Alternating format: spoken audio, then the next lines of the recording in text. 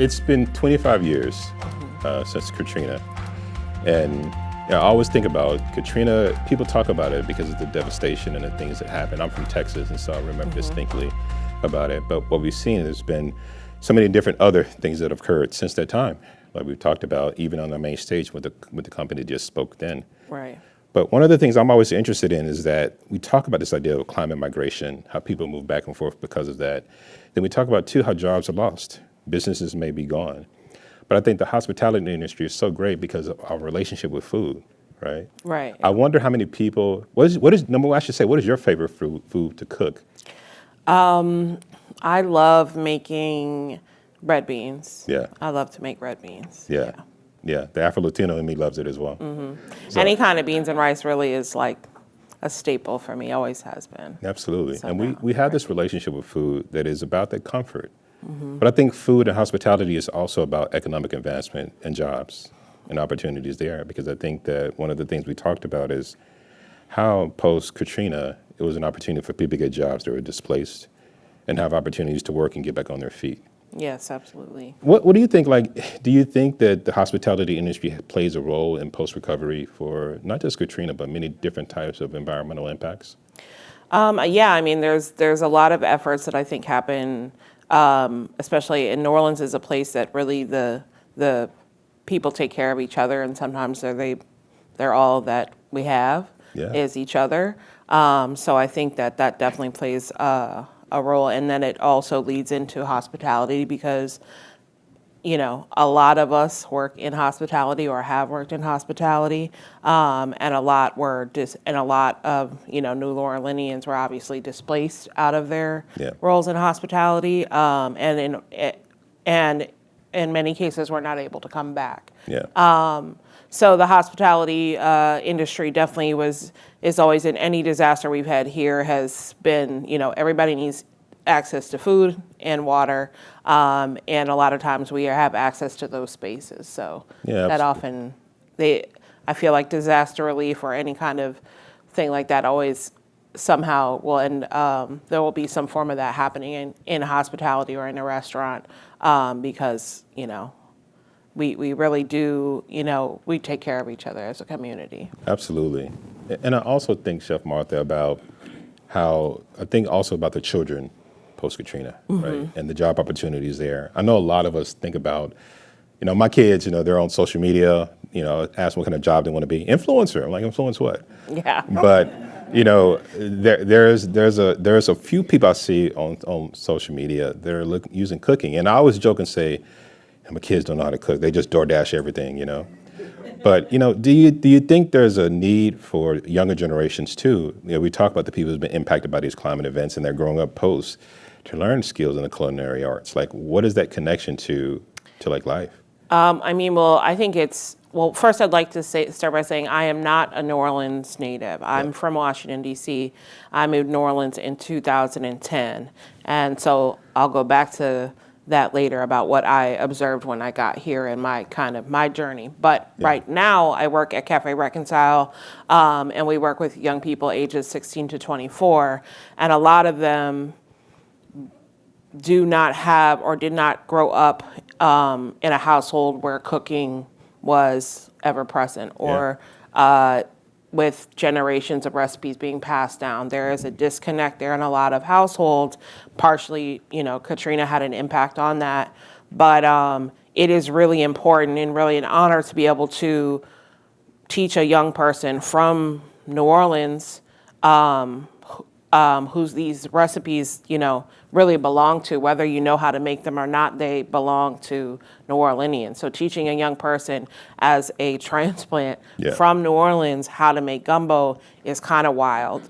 But it's bridging, it's reconnecting them to their heritage and their culture, to then be able to hopefully, you know, break that generational, you know, pattern of not cooking in the home, or to be curious about that, and also to seek out family, relatives, loved ones, and ask, hey, you know, somebody cooked gumbo in your household at some point. Who made it? How did they make it? To kind of seek out those connections to this food that they're so deeply connected to, whether they've ever learned how to make it or not. Yeah, and I think about even gumbo, this connection to the continent of Africa. There's a show on Netflix that I love called High on the Hog by Steven Satterfield. He talked about the connection between okra, gumbo, and all these other things coming back to the United States and being a part of that. And it's a part of culture, right, too. So, and I think when we talk about the idea of Katrina and all these other environmental impacts, we so often talk about the bad things that are happening, but I'm thinking about the good things, like this opportunity here, that these job opportunities for young people to get into this space. And I know we have a relationship from a GFF standpoint and Café Reconcile. I think we've worked together on some apprenticeship programs. Is that correct? Right. So Catalyst Kitchen is one of our community kitchens, is one of our community partners. So we're working on building some apprenticeship pathways in hospitality in this city that may not have existed before. For our young people or anybody else. Yeah, it's like on-ramping from the highway of prosperity and economic advancement in hospitality, getting that on-ramp to it. I wouldn't say that in LA where I'm from, because you get on on-ramp, you'll be there forever. But here you have a fast track to there, right? I think we're working on that. Well, what I would say, when I first moved to New Orleans, what I observed and experienced was there were very few Black people working in positions of leadership roles in restaurants, or even generally in front of the house positions at newer restaurants and in New Orleans. And I, knowing what I know now, it's not surprising. But at the time, it was like, and so I think there is, working on understanding how the impact of things like Katrina have on how people present at work, and the trauma that from post-Katrina, how that's going to make you show up at work, and how as a hospitality professional, we need to understand how that shows up in the workplace and how to support somebody to be successful in that environment. Yeah, absolutely. And I like that, especially with the stuff you do, Chef Martha, is that we both talked about this a while back about like getting into these job opportunities. Sometimes you need that support. Kind of those, you might heard it. People might have heard it as like wraparound services, but I just call it love to get people into this space, right? Yeah. I mean, what are some of the things you've seen that some of the students and the people going to these spaces need when it comes to like that love and that assistance? So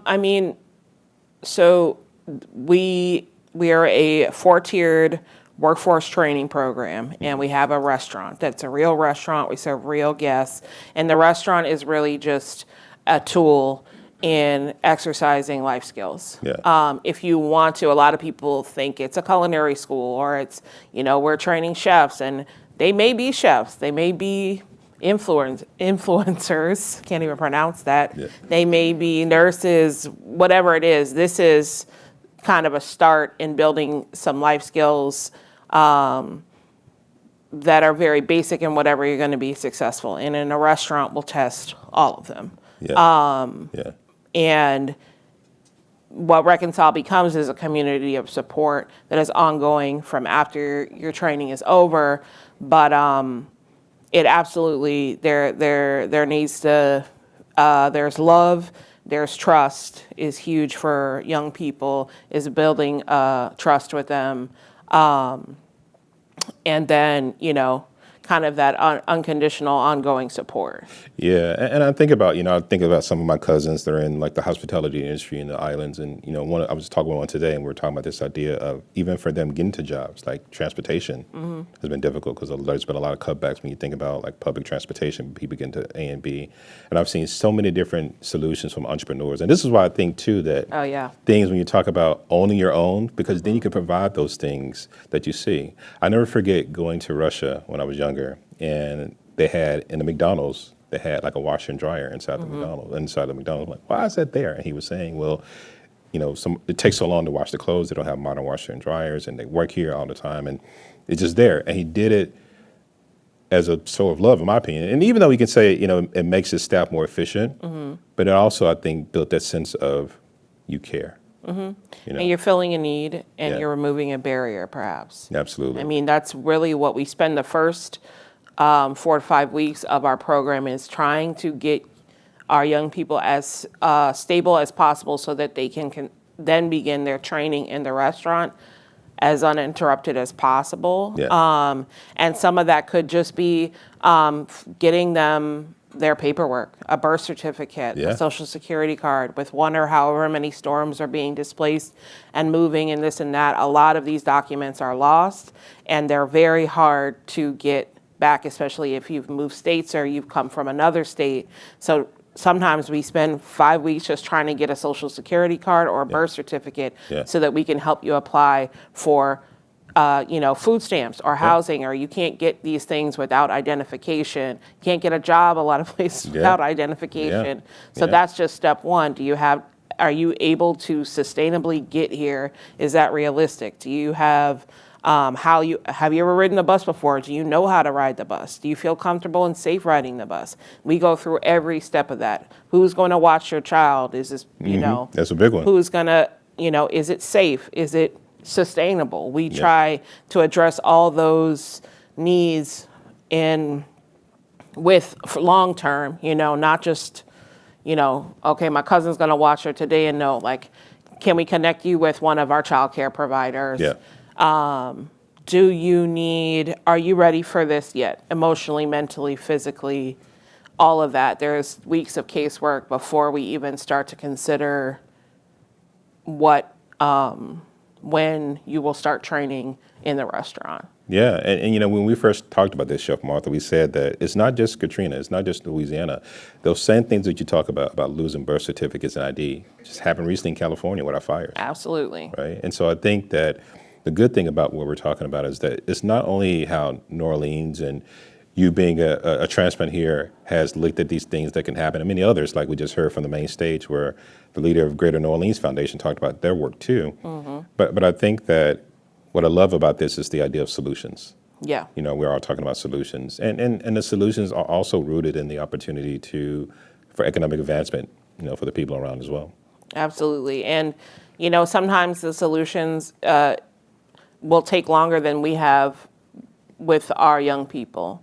I think it takes quite a bit to change a behavior long term in an adolescent, and it takes longer than I have them in my program. So, it's not none of it's perfect, and it takes a community support and understanding that, it can't just be one organization. There's multiples. It's got to be, a community and policy that supports the long-term success of our youth, especially those who are impacted by Katrina, which is all of them. Yeah, and I'll end with this. I believe that to that point of community, there's an old saying in the content that says, "Many hands make light work." And what that means is that communities should come together to make the work and the burden lighter. And this community in America, we're 50 states, but we're one.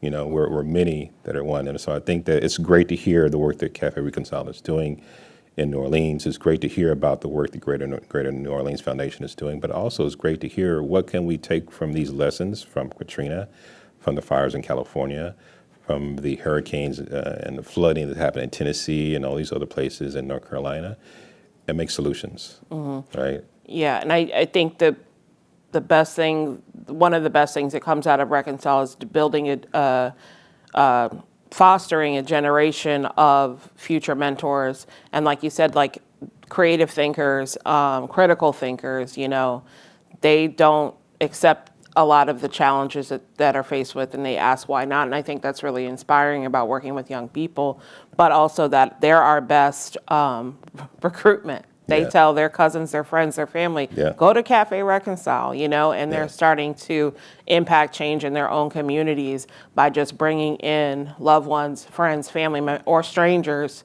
to improve their quality of life. Yeah, definitely. So I think that's really awesome. Yeah, no, definitely. I totally agree. And again, this is an example of the ways that we need to be and the ways we can find solutions. Yeah. Yeah. I don't know, critical solutions with excellent food. That's just like Can we go home now? Okay. So thank you very much, but we're not done yet because I do want to open it up to any audience questions for either Taj or Martha.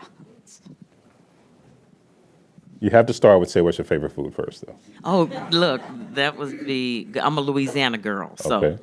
of course, anything shrimp is going to be my favorite. But I have a saying that talks about collaboration, and it really is, I'm glad you mentioned red beans. It's, everyone I ask in Louisiana, how do you all collaborate so well? And I always tell them red beans and relationships. If you can have some good red beans and establish a relationship with the people with whom you're working, it makes the work easier. And I just want to give a shout out to Café Reconcile. If you're in Louisiana and haven't been there, you need to stop by and eat. You might not be able to get in, might not be able to get to your favorite table, but they have some of the best food on the planet. I was there a couple of weeks ago. It Oh, was thank amazing. you so much. Yes.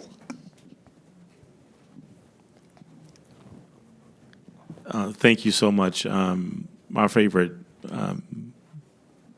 thing to eat is when I go to Café Reconcile. It used to be the jerk chicken. Is it still on the menu? That jerk chicken is off the chain. I want to first and foremost congratulate Café Reconcile and thank you because I used to be during Katrina and Rita, we forget Rita a lot in the Southwest Louisiana, but that was a major challenge also. But I was Secretary of Tourism for the state of Louisiana. And one of the things that I saw missing is I go to Salt Lake City and other places to visit displaced folks from New Orleans. And that there's a disconnect from the young people and their grandmothers. I thank you for passing those menus down, those ways of the they were culture bearers.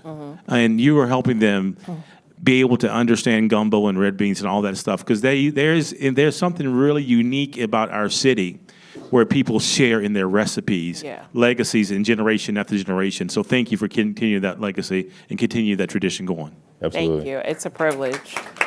And I would say to that point, from a workforce standpoint, hospitality and culinary arts is one of the few industries, I think, where it's about that generation, where you're passing down things in the work that you do.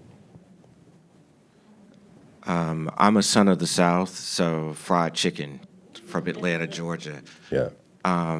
One of the things we've talked a lot about, particularly at this conference, is the influence of AI and emerging technologies. You can't do that with food.